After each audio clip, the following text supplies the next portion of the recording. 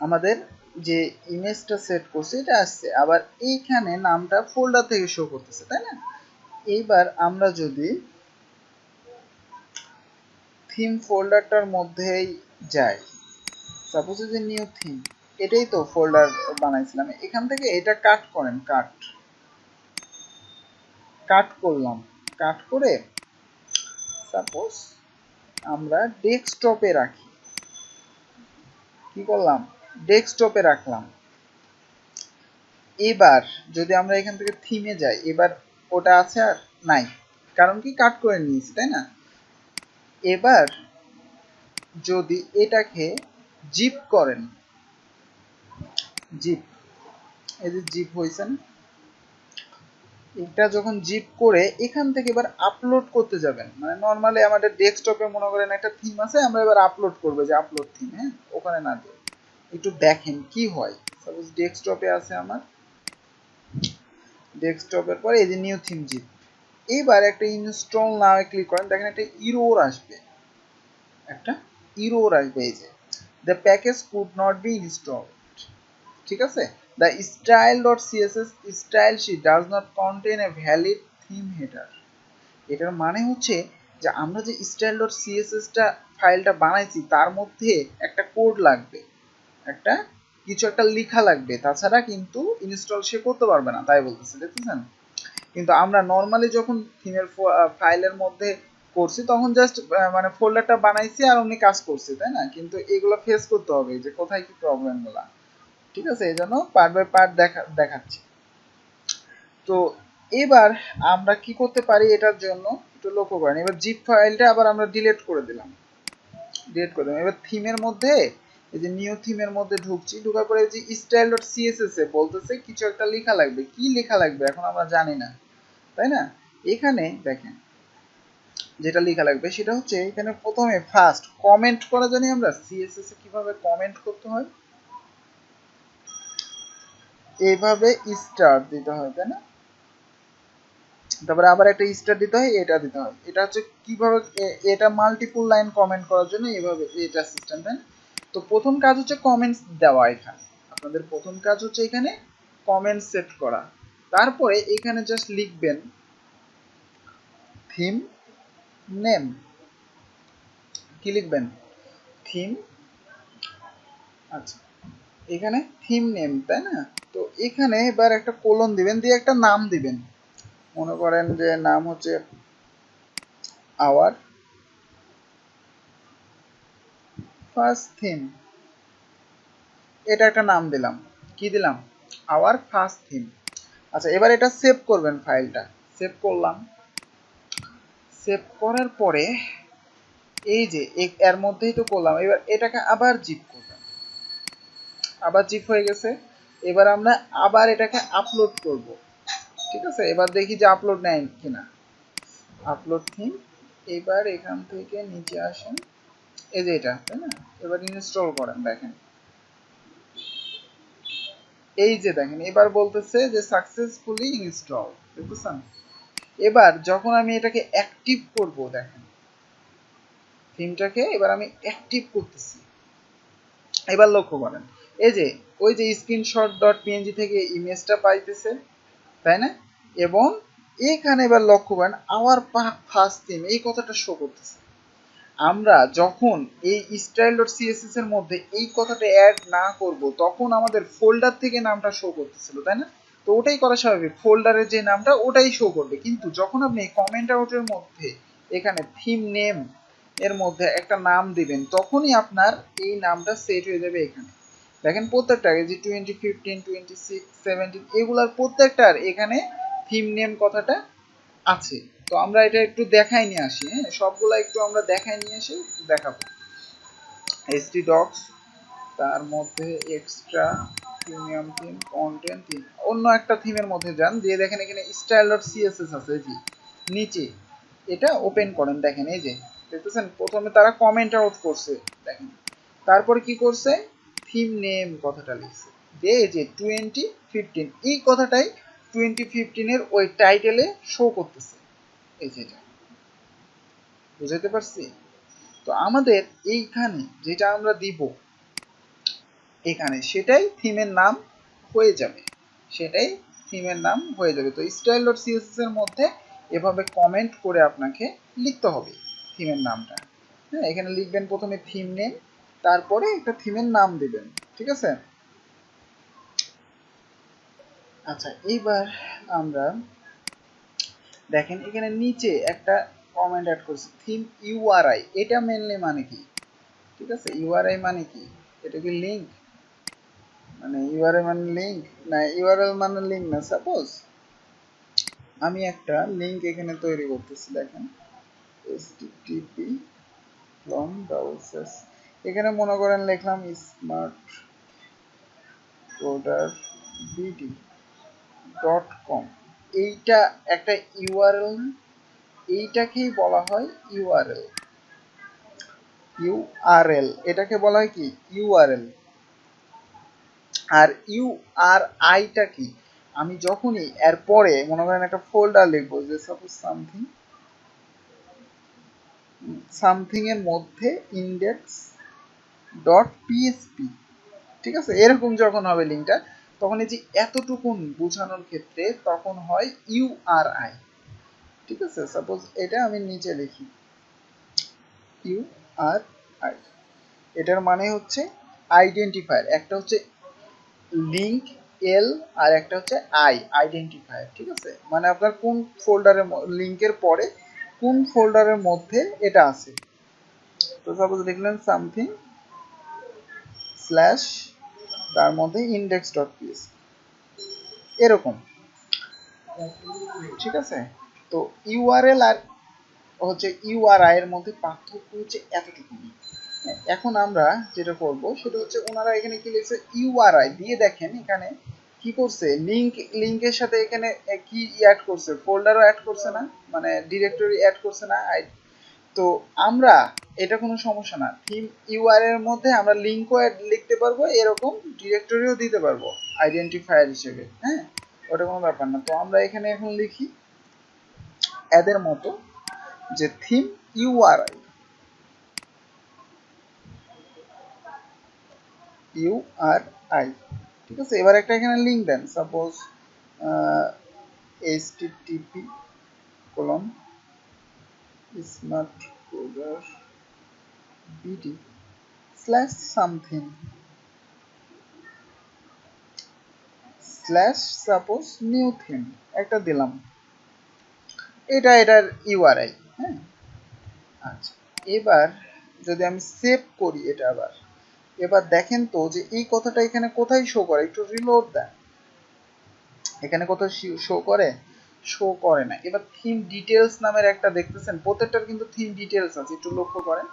এটা যখন থিম ডিটেলসে যাবেন, দেখেন এখানেও আবার ফার্স্ট থিম কথাটা শো করতেছে এবং এখানে ভার্সন 0 সব শো করতেছে, মানে আমাদের ইউআরআইটা কিন্তু এখানে দেখাচ্ছে না, শো করতেছে না, করতেছে। আচ্ছা, এবার অন্য একটা থিমে যান, দেখেন এইখানে কত কিছু আছে না, ট্যাক্স, এই যে লেখা, এগুলো কেমনে শো করে, এগুলো আমরা দেখবো এখন স্টেপ বাই স্টেপ, ঠিক আছে। ইউআরআইটা মেনলি এখানে আপনার শো করবে না, হ্যাঁ, ইউআরআইটা কোথাও এখানে শো করবে না, জাস্ট একটা লেখা যে আপনি যে থিমটা বানাচ্ছেন এটার মানে লোকেশন কোথায়, এটা দেওয়ার জন্য। আচ্ছা, তো এবার তারপরে দেখেন অথর কি লিখছে, অথর, ঠিক আছে। তো আমরা এখানেও লিখবো অথর, মানে কি মালিক, মানে কে বানাইছে।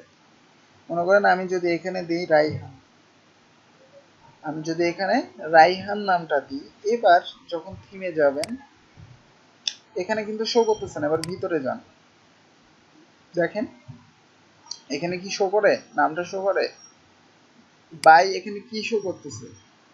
আচ্ছা, আমাদের একটা প্রবলেম সেটা হচ্ছে যে আমরা থিমটা করতেছি কোথায়, থিমটা কিন্তু করতেছি আমরা আমাদের ডেস্কটপে, এটা কিন্তু আপলোড করে নি করছি প্রবলেমটা এখানে। আচ্ছা, তো এতটুকুন করার পরে আমরা কি করি, আগে থিমটা এখানে আপলোড করতে হবে, তাই না, আপলোড করব, তারপরে হচ্ছে যে কাজ করব। তো আমরা আপলোড করছি, কিন্তু আমি মেনলি কাজ করতেছি আমার ডেস্কটপের স্টাইল ডট সিএসএস এ, রুটের স্টাইল ডট সিএসএস এ না। তো আমরা এক কাজ করি, আমরা হচ্ছে যে রুটের স্টাইল ডট সিএসএস এ যাই, এখান থেকে style.css এর মধ্যে যা লিখছি সাপোজ এটা কপি করলাম। এবার আমরা কোথায় যাব, জ্যাম htdocs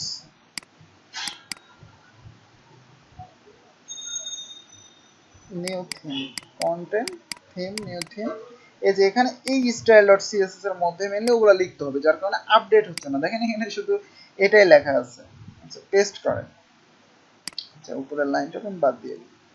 ওকে, এবার দেখেন যখন আমি এখানে এবার থিমে যাব,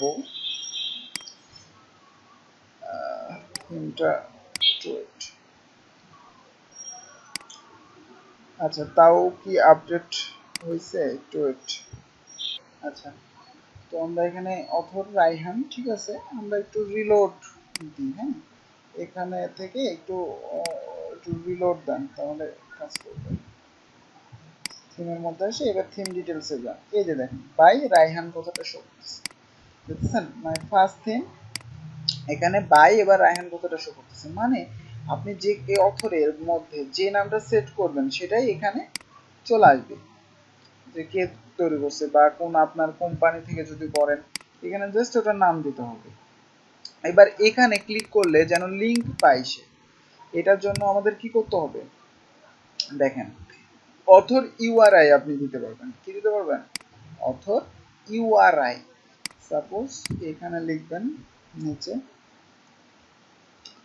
অথর ইউআরআই।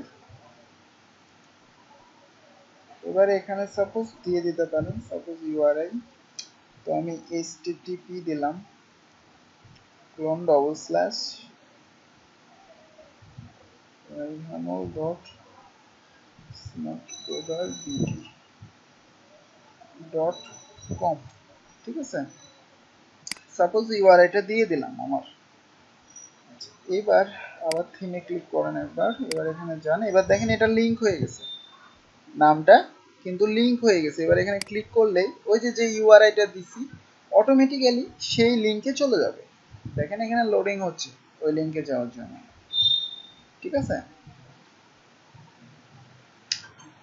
এই যে দেখেন লিংকটা চলে আসছে আমাদের, এই যে আমার সাইটটা এখানে চলে আসছে লিংক। তো বুঝতে পারছি যে কোথা থেকে কি হচ্ছে। আপনি যখন শুধু অথর লিখবেন তখন যে নামটা দিবেন ওটা ওখানে শো করবে, আর এর মধ্যে লিংক তৈরি করার জন্য অথর ইউআরআই কথাটা দিবেন, তাহলেই দেখবেন যার মধ্যে একটা লিংক, যে লিংকটা দিবেন ওটা চলে গেছে, ঠিক আছে। আচ্ছা আচ্ছা তারপরে একটু লক্ষ্য করেন ডিসক্রিপশন দিছে, আপনি এখানে ডিসক্রিপশন দিতে পারেন, ঠিক আছে, তাহলে শো করবে ডিসক্রিপশন। এখানে ডিসক্রিপশনের মধ্যে থিম সম্পর্কে কিছু লিখতে পারেন, আর এতটুকুনি লিখলাম। আচ্ছা তারপরে ভার্সন অ্যাড করতে পারেন। আচ্ছা ডিসক্রিপশন কোথায় অ্যাড হয় এটাও দেখার বিষয়, যে এখানে দেখবেন লেখা অ্যাড হবে, আপনি আরো বেশি ডিসক্রিপশন দিতে পারেন। এই আচ্ছা এখানে আপডেট হয়নি,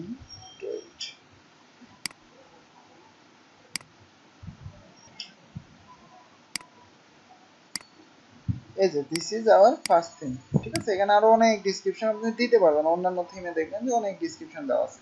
আমরা ফার্স্ট একটু দ্রুত দেখাচ্ছি কারণ আমরা নিজের ইচ্ছা মতো দিয়ে দিতে পারবেন। তারপরে ভার্সন অ্যাড করতে পারবেন, যেরকম ওনারা এখানে ভার্সন দিছে, এই যে ভার্সন, ঠিক আছে। সাপোজ আমাদের থিমের এটা প্রথম ভার্সন হিসেবে সাপোজ আমরা 1.0 দিতে পারি, এখানে দেন ভার্সন সাপোজ 1.0।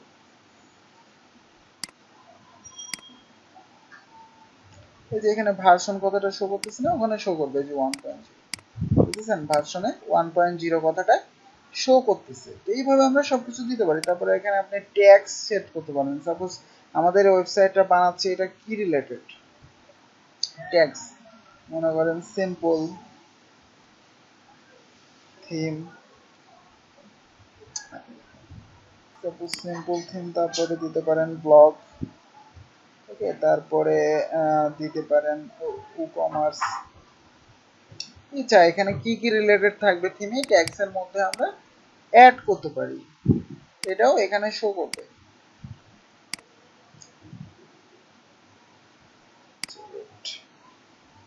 তো ট্যাগস দিতে পারেন। তারপরে এখানে দেখেন একটা ইম্পর্টেন্ট জিনিস আছে, সেটা হচ্ছে টেক্সট ডোমেন। হ্যাঁ, এটা আমরা এখানেও সেট করতে পারি বা পরবর্তীতে আমাদের এটা লাগবে। টেক্সট ডোমেন মানে হচ্ছে থিমটা যদি আমাদের ট্রান্সলেটেবল করতে প্রয়োজন হয়, মানে হচ্ছে বিভিন্ন কি ল্যাঙ্গুয়েজে কনভার্ট করা লেখাগুলো, তখন আমাদের এটা দিয়েই আমাদের ট্রান্সলেটেবল করতে হবে, এখানে যে নামটা সেট করতে হয়। হ্যাঁ, তো এখানে আপনি সেট করে দিতে পারবেন এটা। সাপোজ টেক্সট ডোমেন এই কথাটা লিখে এখানে একটা নাম দিতে হবে, সাপোজ ফার্স্ট থিম। এটা দিয়ে আমরা পরবর্তীতে ট্রান্সলেটেবল করতে পারবো। ওকে, তো আপাতত এতটুকুনি থাকলো। আপনারা অন্যান্য থিমে আরো কি কি লিখছে এগুলো দেখতে পারবেন, এগুলাই থাকে।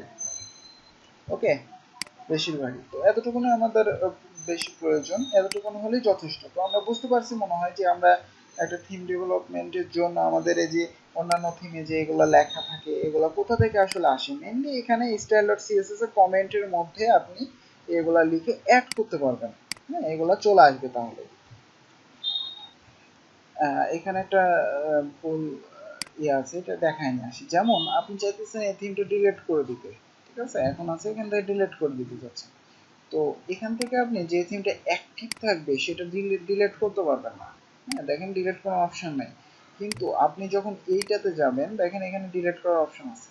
ঠিক আছে, তো আপনি যখন এই থিমটা ডিলিট করতে চান তখন এটাকে অন্য একটা থিম অবশ্যই অ্যাক্টিভ করতে হবে, তারপরে এটা যখন পাশে আসবে তখন ওটার মধ্যে ঢুকে আপনি ডিলিট করতে পারবেন, যেখান থেকে ডিলিট হয়ে যাবে থিমটা। ঠিক আছে, যাই হোক, তো এখন আমরা থিম ডেভেলপমেন্টের যে ডকুমেন্টেশন যেটাকে বলা হয় wordpress.org, হ্যাঁ, কোডেক্স ডকুমেন্টেশন, ওটা আমরা একটু দেখব। তো আপনারা ব্রাউজারে লিখবেন codex dot WordPress dot ORG, এই কথাটা লিখবেন।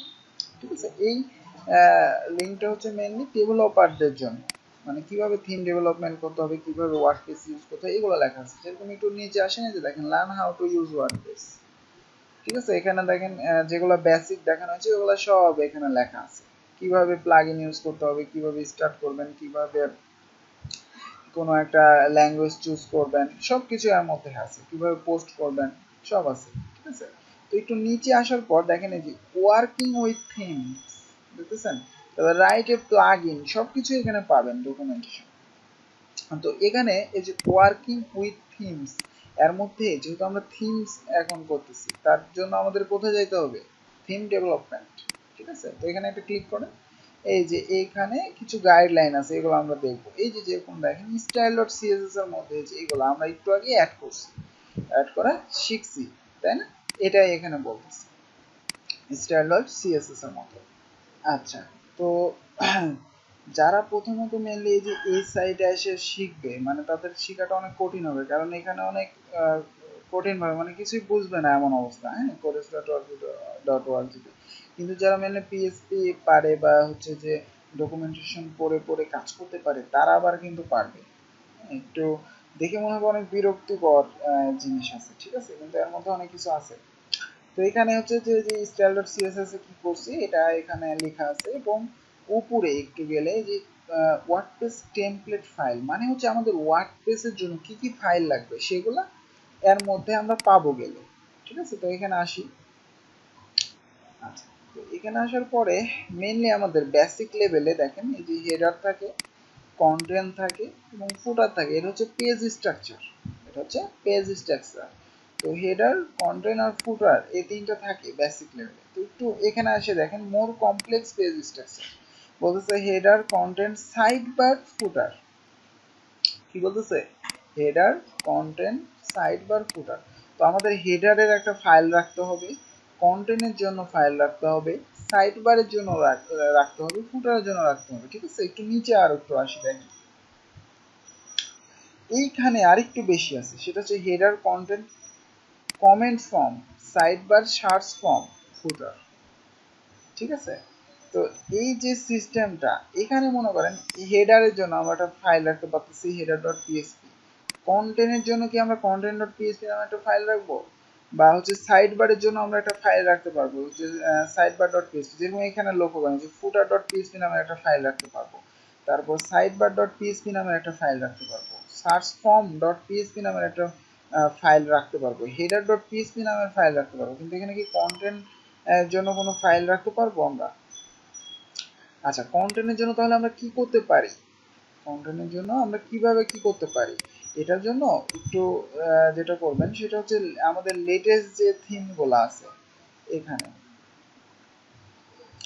এখানে 17, তাই না, 17 এর মধ্যে এখানে দেখেন তো যে কত এগুলো ফাইলের মধ্যে, এই যে দেখেন header.php নামের পাইছি, footer.php নামের পাইছি পাইছি তারপরে এই যে সার্চ ফর্ম নামের পাইছি, সাইড বার নামে পাইছি পাইছি না, এগুলা ফাইলই তো আমরা ওখানে দেখলাম যে লাগবে কাজ করতে গেলে। আচ্ছা, তো লাগবে ঠিক আছে, কিন্তু এখানে কন্টেন্ট পাইছি, কন্টেন্ট মানে এবার টেমপ্লেট পার্টের মধ্যে যান, এখানে কিছু আছে ফুটারের জন্য দেখেন ফুটার, তারপরে হেডারের জন্য দেখেন হেডার, নেভিগেশনের জন্য নেভিগেশন, ঠিক আছে, এখানে কন্টেন্টের জন্য কিছু আছে, এখানে কন্টেন্টের জন্য